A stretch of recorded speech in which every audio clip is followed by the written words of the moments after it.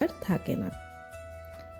তারপর থেকে এই ব্রতের কথা চারিদিকে প্রচার পেল, আর এই প্রচার থেকেই কিন্তু মানুষের মধ্যে শিব চতুর্দশী পালন করার একটা আরম্ভ হলো।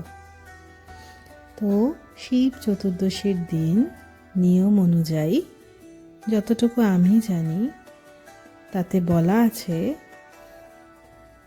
হবিষ্যি বা নিরামিষ আহার করে পরের দিন মাটিতে বিছানা করে শুতে হয়, আর ব্রতর দিনকে উপবাস থেকে গঙ্গা মাটি বা শুদ্ধ মাটি দিয়ে 4টি শিব ঠাকুর গড়ে 4 প্রহরে একটি একটি করে শিব ঠাকুরের পুজো করতে হয়।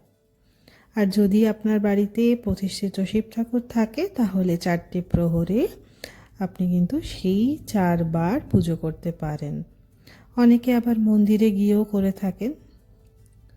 প্রথম প্রহরে দুধ দিয়ে, দ্বিতীয় প্রহরে দই দিয়ে, তৃতীয় প্রহরে ঘি দিয়ে এবং চতুর্থ প্রহরে মধু দিয়ে স্নান করাতে হয়।